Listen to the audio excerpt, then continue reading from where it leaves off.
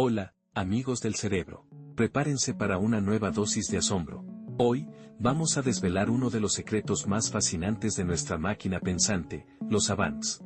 ¿Han oído hablar de ellos alguna vez? Se trata de personas con habilidades mentales extraordinarias, casi sobrenaturales, que contrastan de manera impactante con limitaciones significativas en otras áreas de su vida.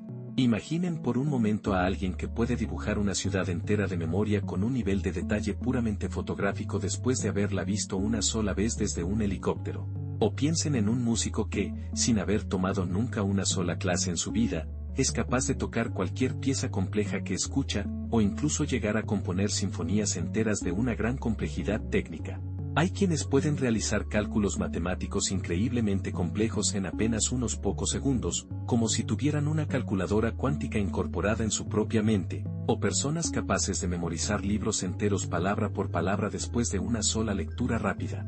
Son como verdaderos superhéroes de la mente, pero sus superpoderes a menudo surgen de una combinación misteriosa de diferencias neurológicas profundas. Y aquí es donde viene lo realmente alucinante de este tema, y si les digo que la ciencia a veces puede predecir la existencia de estos talentos asombrosos, incluso antes de que los veamos manifestarse en una persona real.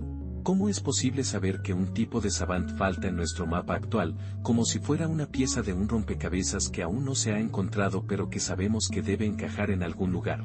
Piensen en esto como si fuéramos detectives del cerebro. Pero no somos detectives que buscan pistas de un crimen común, sino investigadores que buscan patrones específicos en la forma en que nuestro cerebro está construido. Es como si todos tuviéramos un gran manual de instrucciones del cerebro humano, y al estudiarlo a fondo, podemos empezar a ver huecos o posibilidades lógicas que nos indican que ciertos tipos de habilidades extremas podrían existir de forma teórica, incluso si todavía no hemos tenido la oportunidad de conocer a alguien que las posea en la vida real. La historia de la ciencia está llena de ejemplos donde, solo con el uso de la lógica y la observación cuidadosa de los patrones, se ha podido predecir la existencia de cosas que aún no habíamos visto con nuestros propios ojos.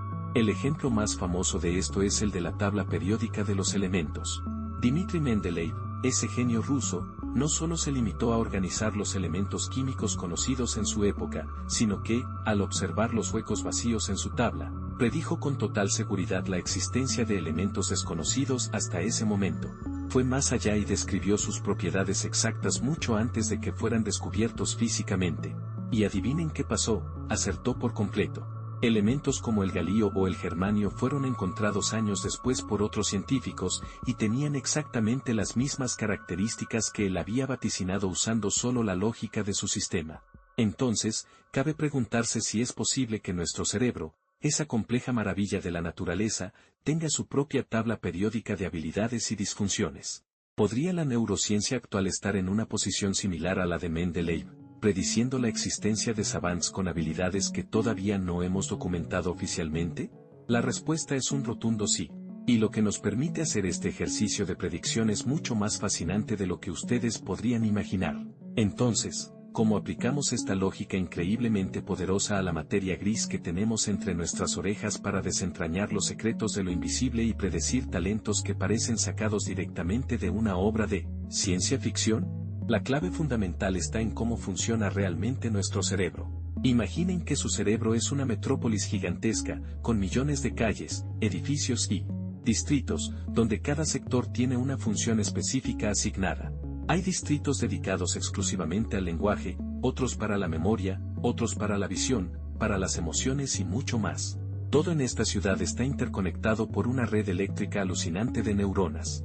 Los neurocientíficos de hoy, armados con herramientas tecnológicas cada vez más sofisticadas como las resonancias magnéticas y los electroencefalogramas, están mapeando esta ciudad cerebral con una precisión que antes era imposible.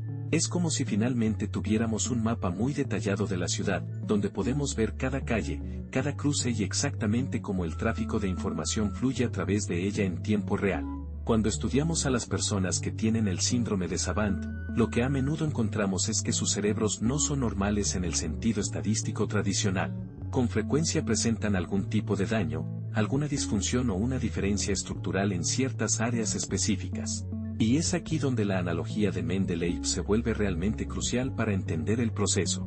Así como él notó que los elementos químicos existentes se agrupaban en patrones y que había huecos que sugerían la existencia de otros elementos por descubrir, los neurocientíficos actuales notan patrones similares en la estructura del cerebro. Sabemos perfectamente que ciertas áreas del cerebro están más o menos activas dependiendo de las diferentes tareas que realizamos. Por ejemplo, el lóbulo temporal izquierdo suele estar muy involucrado en todo lo que tiene que ver con el lenguaje. Si esa área específica sufre algún daño, una persona puede tener grandes dificultades para hablar o para comprender lo que otros dicen. Pero, ¿y si ese mismo daño, de alguna manera extraña, despierta un talento que estaba oculto en otra parte del cerebro? Una de las teorías más potentes que tenemos para explicar las habilidades de los savants se llama desinhibición o liberación de funciones. Piensen en su cerebro como si fuera una orquesta gigante. Normalmente, hay un director de orquesta, que en este caso sería el lóbulo frontal, encargado de controlar la planificación, la lógica y el juicio, asegurándose de que todos los instrumentos toquen en perfecta armonía. Pero en esta orquesta también hay músicos que tienen la tarea de suprimir o moderar a otros músicos. Imaginemos por un momento que ciertos circuitos neuronales, por ejemplo aquellos responsables de la memoria de hechos triviales o la capacidad de procesar detalles mínimos, están constantemente frenados por otros circuitos que se encargan de darnos una visión global de las cosas o de permitirnos el pensamiento abstracto. Si el director de la orquesta, o esos frenos neuronales de los que hablamos, se daña o empieza a funcionar de una manera diferente, ¿qué creen que pasa? Exacto. Algunos instrumentos que antes estaban silenciados o que tocaban muy bajito, de repente pueden empezar a sonar a todo volumen. Es como si se levantara una barrera de contención. El cerebro de una persona con savantismo podría tener, en algunos casos, una disfunción en las áreas que normalmente inhiben o filtran el exceso de información. Esto les permitiría acceder a un nivel de detalle, a un tipo de procesamiento o a una memoria profunda que para el resto de nosotros permanece inaccesible. Para la mayoría, esa información está siendo filtrada o suprimida constantemente para favorecer la eficiencia general o para que podamos enfocarnos en la visión de conjunto. Por ejemplo, en algunos casos conocidos como savantismo adquirido, donde las habilidades extraordinarias surgen repentinamente después de una lesión cerebral traumática, se ha observado que el daño ocurre precisamente en áreas del cerebro que normalmente se encargan de las funciones ejecutivas, como la planificación y la toma de decisiones racionales, o de la interacción social. Cuando estas áreas bajan la guardia debido a la lesión, otras áreas, quizás relacionadas con la memoria asociativa, el reconocimiento de patrones o el procesamiento visual y espacial, pueden tomar el control total y manifestarse con una intensidad que resulta sorprendente para todos. Otra pieza clave de este rompecabezas es la plasticidad cerebral. Nuestro cerebro no es una estructura fija e inamovible, al contrario, es increíblemente adaptable. Si una parte de la ciudad cerebral sufre un daño grave, el tráfico de información puede ser redirigido a través de nuevas rutas, o las rutas que ya existen pueden volverse mucho más eficientes. Es como si una carretera principal se cortara de repente y los ingenieros de tráfico encontraran una ruta alternativa, o incluso construyeran una nueva autopista de alta velocidad para que el flujo de vehículos no se detenga. En el caso de los savants, esta plasticidad extrema podría permitir que ciertas áreas del cerebro compensen el déficit de otras zonas, desarrollando habilidades asombrosas en ese mismo proceso de adaptación. A veces, esto no es tanto una compensación, sino más bien una recalibración completa de los recursos disponibles.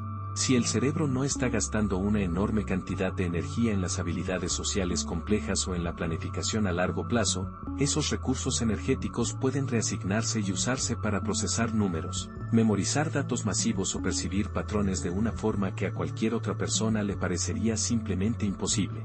Ahora, ¿cómo probamos estas predicciones científicas? La analogía de Mendeleev nos ayuda a entender cómo podemos predecir tipos de savants que aún no conocemos.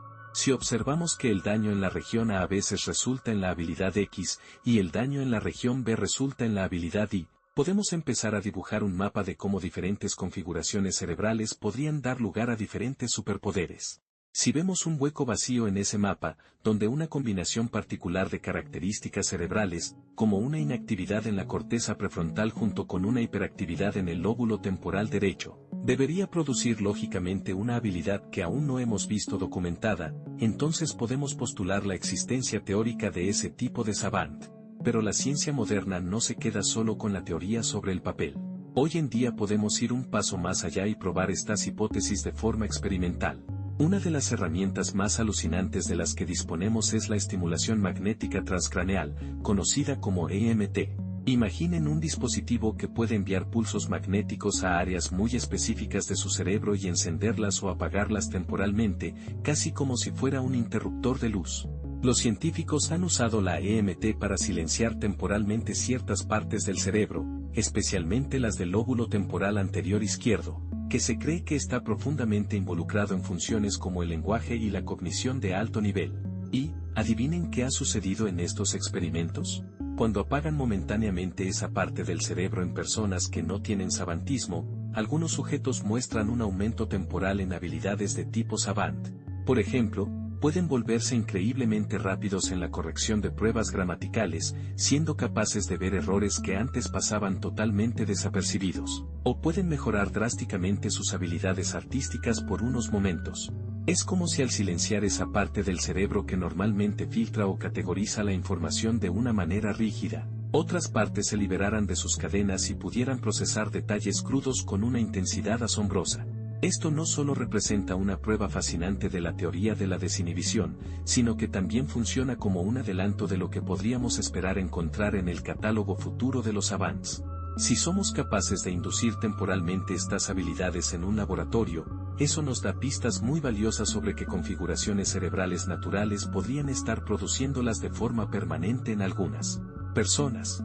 Por lo tanto, cuando los neurocientíficos hablan de predecir savants que nunca hemos visto, no están haciendo futurología al azar ni inventando historias. Están aplicando una lógica científica rigurosa similar a la de Mendeleev. Están buscando patrones constantes en la disfunción y la compensación cerebral, y al hacerlo, identifican con precisión los huecos en nuestro conocimiento actual. Estos huecos representan posibles combinaciones de habilidades y deficiencias que, basándose estrictamente en lo que sabemos sobre cómo se organiza el cerebro humano, deberían existir en algún lugar del mundo. Esto nos invita a pensar mucho más allá de los casos que ya conocemos y a buscar activamente a personas que posean estas configuraciones cerebrales predichas por la teoría.